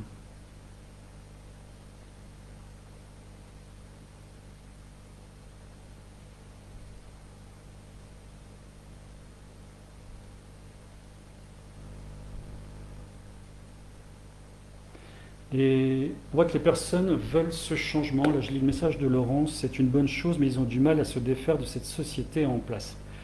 Bah, en même temps, nous, c'est pas un petit conditionnement qu'on essaye d'enlever, c'est quand même le plus ancien qui a 2700 ans. Donc on s'attaque déjà à quelque chose de. C'est-à-dire, notre arrière-grand-père ne peut pas nous raconter que son arrière-grand-père a connu un système non monétaire. Ça a toujours existé partout dans le monde pour tous les vivants quasiment aujourd'hui. Donc c'est vrai que c'est quelque chose de. Et puis effectivement, il y a aussi notre bulle de confort qui est très difficile à faire partir. Mais vous savez, on m'a souvent posé la question lors de mes présentations, dans combien de temps j'imaginais que ça pourrait se terminer. Et bon, enfin, ça peut se terminer, ça peut être rapide, ça peut être quelques années. Techniquement, voilà, ça peut aller très très vite et je pense que si on s'y met tous et qu'on y met vraiment de la conviction, ça peut se faire vraiment très très rapidement. Le plus tard possible, pour moi, je disais toujours 2030-2035. Puis je voyais dans la salle souvent des gens qui faisaient genre, c'est pas possible, les gens ne peuvent pas changer si rapidement. Mais à vrai dire, c'est ce système qui nous fout dehors, quoi. En fait, plus il nous oppresse, de toute façon, plus. Même, en fait, moi, je trouve vraiment qu'il y a quelque chose de très comparable avec un accouchement. C'est-à-dire que, enfin, un accouchement d'un enfant, il a lieu en fait quand, bah voilà, il est complet, que les bras, tout est fonctionnel. Et l'humanité est complète à tout point de vue. On est des génies, mais dans tous les domaines, quoi. C'est un truc de fou. Et il devient oppressant au moment où on a vraiment les compétences pour sortir de là. Et comme tout accouchement, en fait, bah, il y a cette oppression qui rend l'intérieur désagréable, qui nous pousse vers l'extérieur. Donc, donc pour moi, je ne me pose pas la question si on va y arriver, mais plutôt quand on va y arriver, quoi.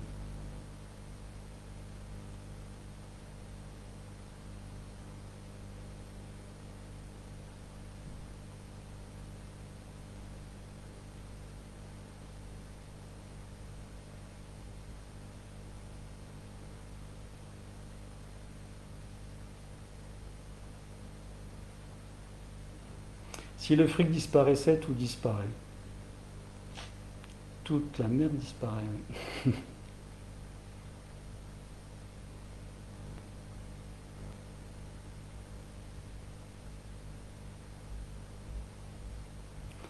On a jusqu'à quand pour s'émanciper des rapports marchands?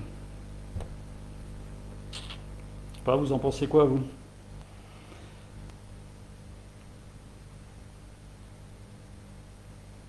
Il va falloir que ça. Je sais pas. J'ai du mal à imaginer que ce système puisse durer plus de 10 ans. C'est... J'y arrive pas.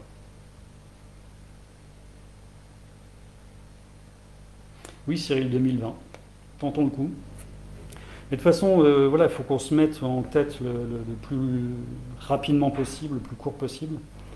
Parce que, voilà, ne pas partir ça sera dans 2040, 2050. Techniquement, voilà, une fois encore, on peut le faire très rapidement.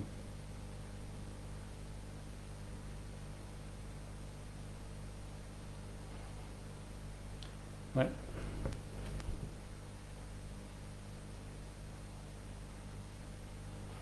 Là, je relis le message d'Anatole. Si le fric disparaît, tout le monde, tout disparaît. Et c'est vrai que en fait, les gens s'imaginent en fait, qu'il y aurait tout qui s'écroulerait. Donc là encore, en termes d'argument, sortez-leur que bah non, la planète ne disparaît pas, la faune, la flore ne disparaît pas, on ne disparaît pas, les outils ne disparaissent pas. Voilà. Et en fait, tout l'essentiel nécessaire à la société ne disparaissent pas.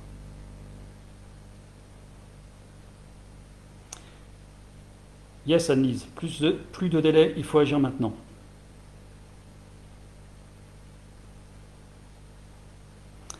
Le problème est le manque d'imagination et la peur du changement. C'est vrai qu'il y a.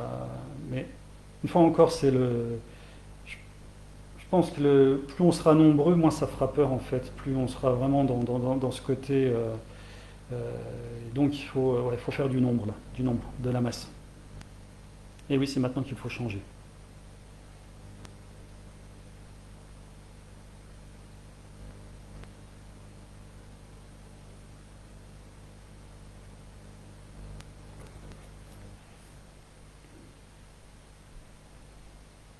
Bien les amis, c'était prévu de s'arrêter à 20h30, il reste 5 minutes. Est-ce que vous avez des dernières questions ou réflexions, simplement?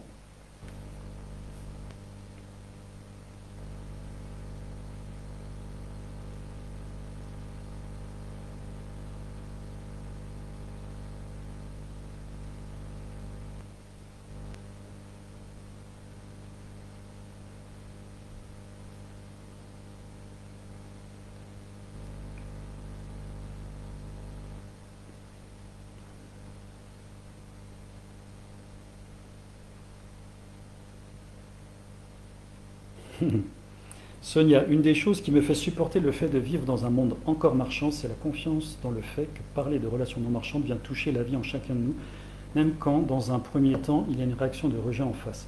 Je sais que la crainte que cela peut provoquer vient d'une perspective d'un ébranlement de l'existence matérielle et psychique, parce qu'une alternative n'a pas pu encore être imaginée. Ouais. Et en fait, c'est vrai que c'est quelque chose qui est intéressant, parce que j'ai déjà présenté ça. Donc ce soir, je dirais que vous êtes plutôt des personnes a priori qui êtes déjà dans l'idée là depuis pas mal de temps, mais j'ai déjà présenté ça à des groupes totalement qui découvraient ça. J'ai déjà fait une école d'ingénieurs qui n'avait jamais pensé à ça. Et effectivement, quand tu parles en fait que ça fait parler le vivant en nous, ce qui m'a toujours plu en fait de présenter ça, c'est que les gens ils ont du mal à partir de la salle. En fait, ils ont envie de rester, ils ont envie de poser des questions, ils ont vraiment envie de rêver de ce monde-là. C'est un truc qui est et c'est marrant parce qu'ils sont toujours un peu l'avocat du diable. Oui, mais comment vous ferez ça en fait? C'est comme si est-ce que j'ai vraiment le droit d'y croire? Et ouais, c'est vrai que le monde non marchand, ça fait rêver. Ouais. Les maisons ne disparaissent pas. En tout cas, ce qui disparaît, c'est le pouvoir qu'on donne à ceux qui coûtent cher à l'humanité. Oh que oui. Tu avais discuté en 2009 avec des jeunes d'Extinction Rebellion. Certains étaient très radicaux et citaient Bookchin. Et ils en avaient pensé quoi, Philippe, ceux d'Extinction Rebellion?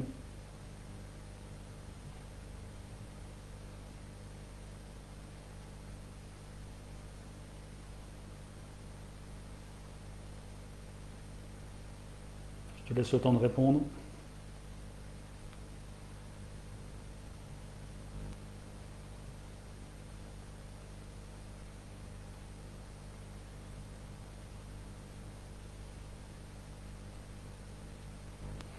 Alors, je ne comprends pas en quoi supprimer l'argent permettrait de supprimer le pouvoir et l'accumulation des richesses. Aujourd'hui, l'argent est juste un moyen d'accumuler des richesses, mais si demain il n'y a plus d'argent, il y aura comme de l'accumulation de richesses et donc de pouvoir, mais sous une autre forme simplement. Qu'en penses-tu? Non, en fait, je ne pense pas parce que l'argent, c'est la seule chose qui peut être convertible en n'importe quoi.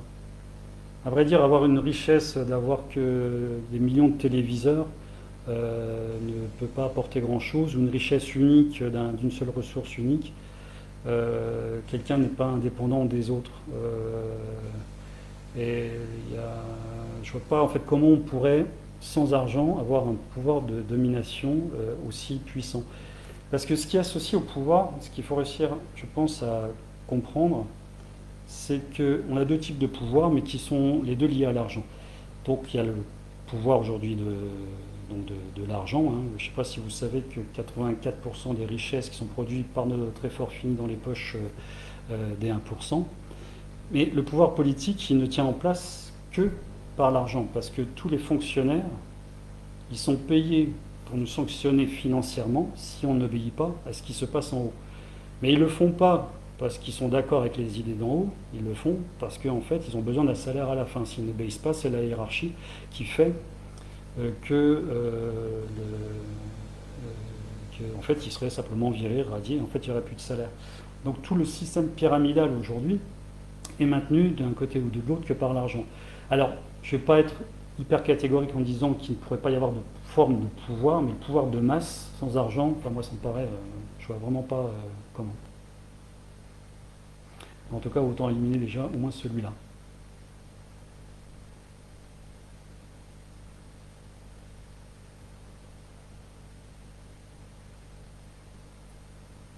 Je repars un tout petit peu en arrière.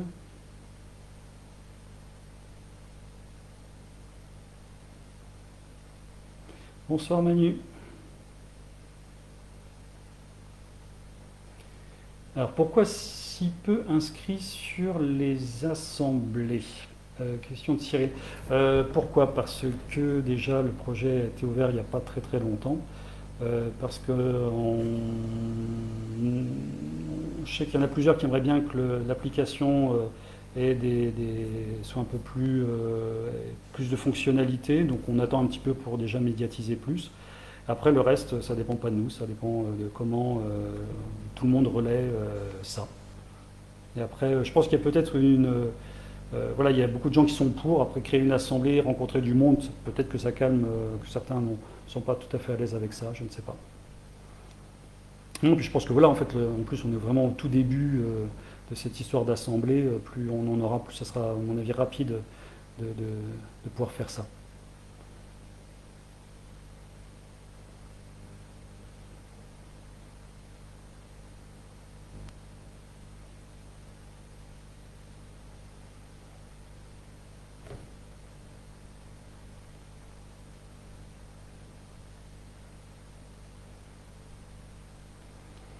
Ouais.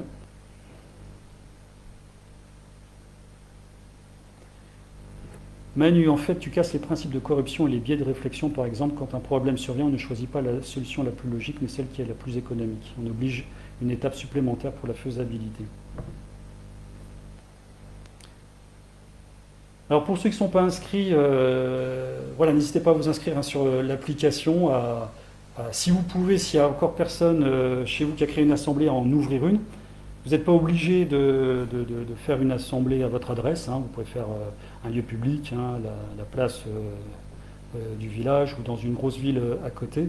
Vous pouvez mettre un pseudo, hein, tout ce qui est données personnelles. Bon, de toute façon, vous imaginez bien qu'on ne va pas les revendre. Hein.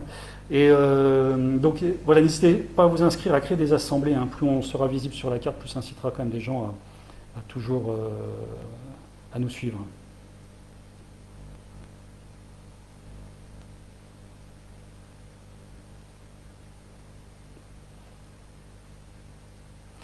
Alors, je réponds à Lucas. Il y a toujours eu des notions de domination dans l'histoire, même avant que l'argent existe. Alors, je vous invite à lire le livre qui s'appelle euh, L'argent contre l'État de Clastres, Pierre Clastres. Parce qu'en fait, ça, c'est une. A priori, parce que, a priori, c'est un anthropologue qui a vraiment étudié. On s'imagine toujours que en fait, les chefs du village en fait, avaient une forme de domination, et en fait, ils n'en avaient absolument pas. C'est que ce soit en Amazonie, les Indiens d'Amérique. S'ils ne faisaient pas sa tâche, en fait, ils avaient ce qu'ils appelaient un chef, qui devait être un homme de dialogue, simplement qui pouvait réussir à discuter. Il pouvait éventuellement être un commandant pour tout ce qui va être attaque ou chasse, parce qu'il fallait quelqu'un qui puisse, comment dire, pas donner des ordres, mais pouvoir, comme un entraîneur d'une équipe, pouvoir dire quelqu'un va là pour réussir. Par contre, si jamais il n'était pas à la hauteur, tout le monde le zappait, il passait à autre chose. Ils savaient qu'ils n'avaient aucun pouvoir. Vraiment, la domination, avant que l'argent existe, était quasiment inexistante. À 95% des sociétés, ça n'existait pas. Je sais qu'on a cette idée en tête des chefs de village, mais ça a pu peut-être exister, mais c'est vraiment plus anecdotique que le général.